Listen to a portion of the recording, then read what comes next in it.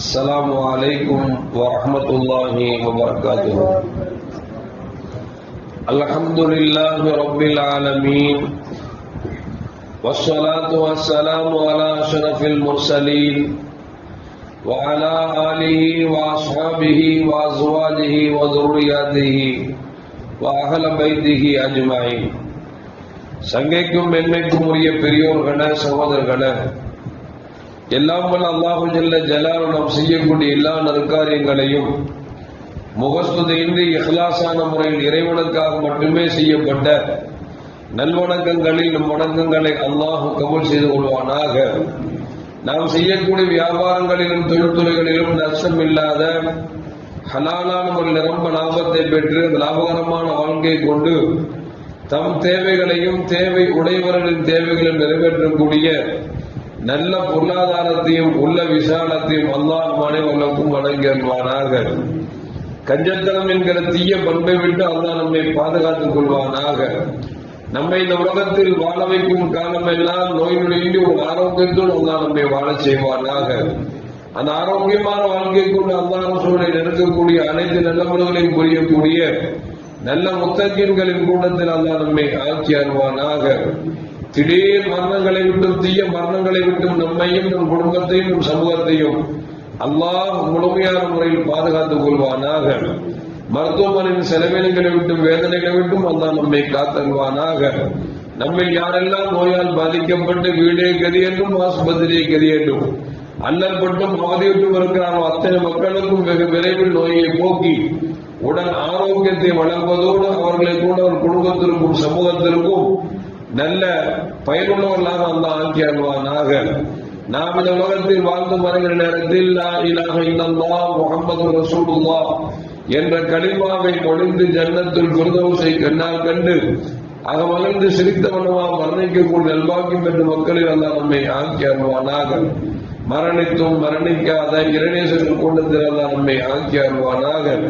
நாளை மறுமையில முத்து முஹம்மது ரசூலுல்லாஹி ஸல்லல்லாஹு அலைஹி வஸல்லம் அவர்களின் திருக்கரங்களால் ஹவுதுல் கௌசர் என்கிற தடாகத்தில் நீர் மருகி அன்னாரின் ஷஃபாஅத்தை பெற்று அன்னாரின் கரம் பிடித்து ஜன்னத்துல் ஃபிர்தௌஸின் உயர்ந்த சொர்க்கத்தில் அவர்களோடு இருக்கும் பாக்கியத்தை அல்லாஹ் நம் அனைவருக்கும் நல்கிடுவானாக. அன்னாரின் கரம் பிடித்து ஜன்னத்துல் ஃபிர்தௌஸின் உயர்ந்த சொர்க்கத்தில் செல்வதோடு இறையன்பை பெற்று இறைவனை பார்த்து பரவசமடையக்கூடிய அவனுடைய லிக்காவையும் ரிதாவையும் பெற்ற மக்களில் அல்லாஹ் நம்மை ஆக்கி அருள்வானாக. அருமையான மூமின்களே, அல்லாஹ் கொடுத்திருக்கிற செல்வங்களில் ஆக சிறந்த செல்வம் குழந்தை செல்வம்.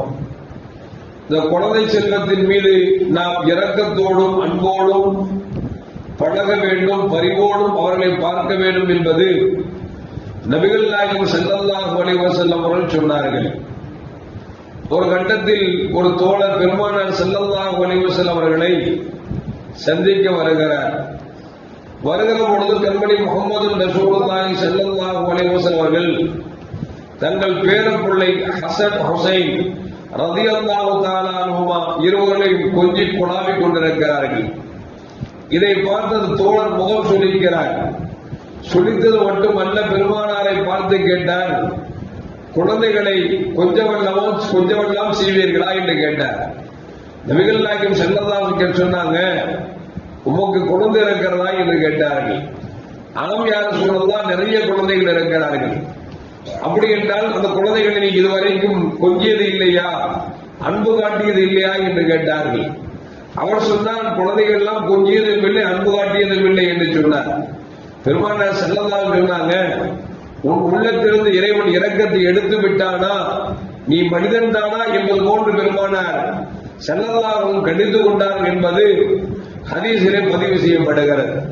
அப்படி என்று சொன்னால் குழந்தைகள் மீது நாம் அதிகம் இரக்கம் காட்ட வேண்டும்.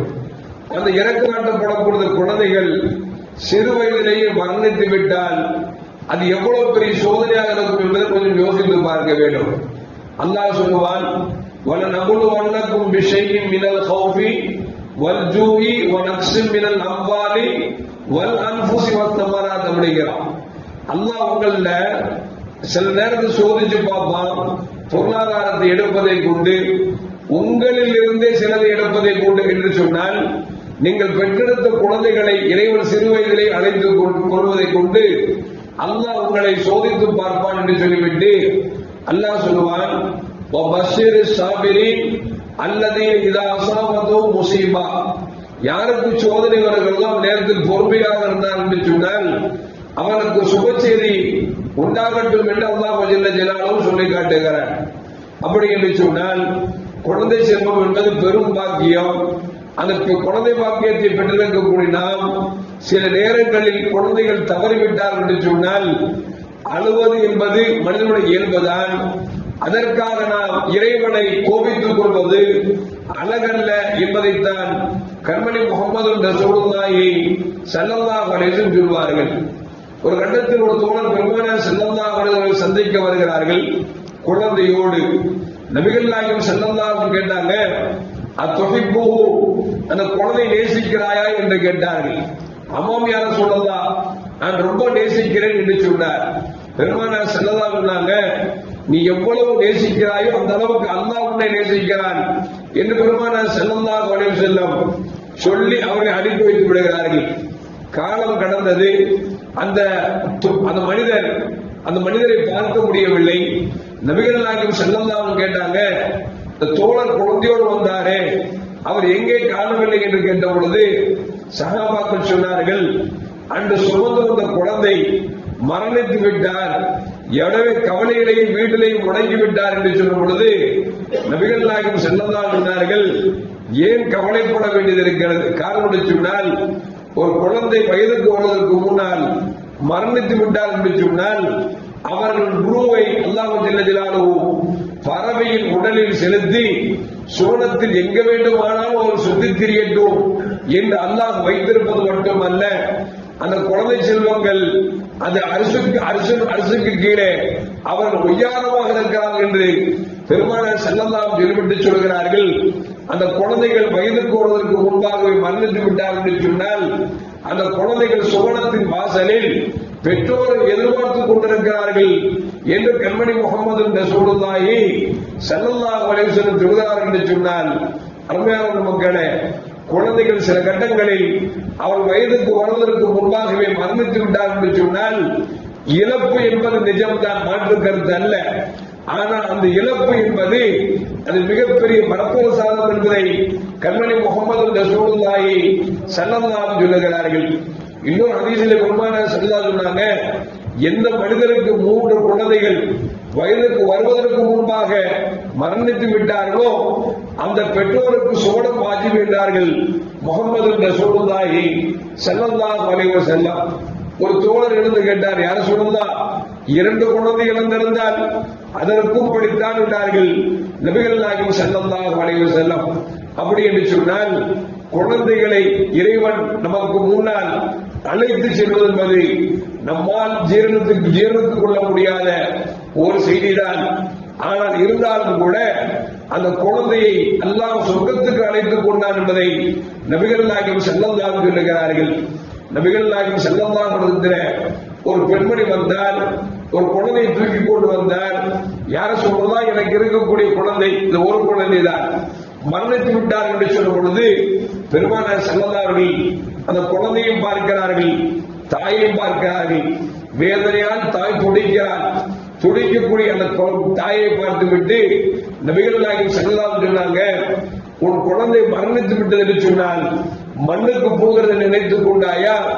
இல்லை இல்லை, மண்ணுக்கு போவதில்லை, மாறாக அந்த குழந்தை சொர்க்கத்திற்கு செல்கிறது என்று நபிகள் நாயகம் ஸல்லல்லாஹு அலைஹி சொல்லிவிட்டு சொன்னார்கள். அந்த குழந்தை நாளை மறுமையிலே அவனை சொர்க்கத்துக்கு செல் என்று சொல்கிற பொழுது அந்த குழந்தை செல்லும், என் பெற்றோர்கள் எங்கே என்று கேட்கும். அந்த பெற்றோர்களை என்னோடு அழைத்து நான் செல்ல வேண்டும் என்று சொல்லி அந்த குழந்தைகள் நமக்காக ஷஃபாஅத் பரிந்துரை செய்யும் என்று நபிகள் நாயகம் ஸல்லல்லாஹு அலைஹி அவர்கள் நமக்கு சொல்லி காட்டுகிறார்கள். அருமையான மக்களை, எதற்கு சொல்வார்கள் என்று சொன்னால், அல்லாஹ் ஜல்ல ஜலாலுஹு செல்வங்களில் ஆக சிறந்த செல்வமாக குழந்தை செல்வங்களை கொடுத்திருக்கிறார். அந்த குழந்தைகளை இளம் வயதிலேயே அழைத்துக் கொண்டால் பெற்றோரால் தாங்க முடியவில்லை என்று சொன்னால் அந்த குழந்தைகளை நாம் முடிந்த வரைக்கும் பக்குவமாக அந்த குழந்தைகளுக்கு எதை போதிக்க வேண்டுமோ அதை போதித்து நல்லொழுக்கம் உள்ள பிள்ளைகளாக வளர்க்க வேண்டும். காரணம் சொன்னால், எந்த குழந்தை மீது பாசம் காமித்து வைத்திருக்கிறோமோ அந்த குழந்தைகள் பெரிய ஆளான பிறகு நம்மை மதிக்க வேண்டும், நம்மை அவர்கள் கண்கலங்காமல் பார்த்துக் கொள்ள வேண்டும், நம் பேச்சை கேட்க வேண்டும் என்று சொன்னால் அல்லாஹ்வும் ரசூலும் குழந்தை எந்த விதத்தில் வளர்க்க சொன்னார்களோ அந்த விதத்தில் வளர்க்க வேண்டும். ஆனால் இன்றைக்கு பார்க்கிறோம், எத்தனையோ பெற்றோர்கள் ஏனப்பான குழந்தையை பெற்றோர் என்று நினைக்கக்கூடிய அளவிற்கு இன்றைக்கு சங்கடங்களும் கஷ்டங்களும் கொடுக்கக்கூடிய குழந்தைகளைத்தான் இன்றைக்கு பார்க்கிறோம் என்று சொன்னால் அல்லாஹ் தான் காப்பாற்ற வேண்டும். எனவே உங்களை குழந்தைகளுக்காக நாம் சம்பாதிக்கிறோம், அல்லும் பகலும் உழைக்கிறோம் என்று சொன்னால் அந்த உழைப்பு மட்டும் குழந்தைகளை சீர்திருத்தாது, மாறாக அந்த குழந்தைகளுக்கு கொடுக்க வேண்டிய பக்குவத்தை, ஒழுக்கத்தை, நல்லொழுக்கத்தை கொடுத்தால் அந்த குழந்தைகள் பின்னால் அவர்கள் சிறந்து வாழ்வார்கள், நம்மோடு நன்றாக இருப்பார்கள், நம் மரணத்திற்கு பிறகு துஆ செய்வார்கள் என்பதை மனதில் வைத்துக் கொண்டு எல்லாம் அல்லாஹ் நமக்கு கொடுத்திருக்கக்கூடிய குழந்தைகளுக்கு நமக்கும் நீண்ட ஆயுளையும் நல்ல செல்வத்தையும் வழங்குவதோடு அந்த குழந்தைகள் நம்முடைய வயதான காலத்தில் நம்மை சிறந்த முறையில் கவனிக்கக்கூடிய நல்ல பிள்ளைகளாகவும் நம் மரணத்திற்கு பிறகு நம்மை நினைத்து துஆ செய்யக்கூடிய சாலையான பிள்ளைகளை அல்லாஹ் ஆக்கி அருள்வானாக. அஸ்ஸலாமு அலைக்கும் வரஹ்மத்துல்லாஹி வபரகாத்துஹு. ஸல்லல்லாஹு அலா முஹம்மத் ஸல்லல்லாஹு அலைஹி வஸல்லம். محمد صلى الله عليه وسلم.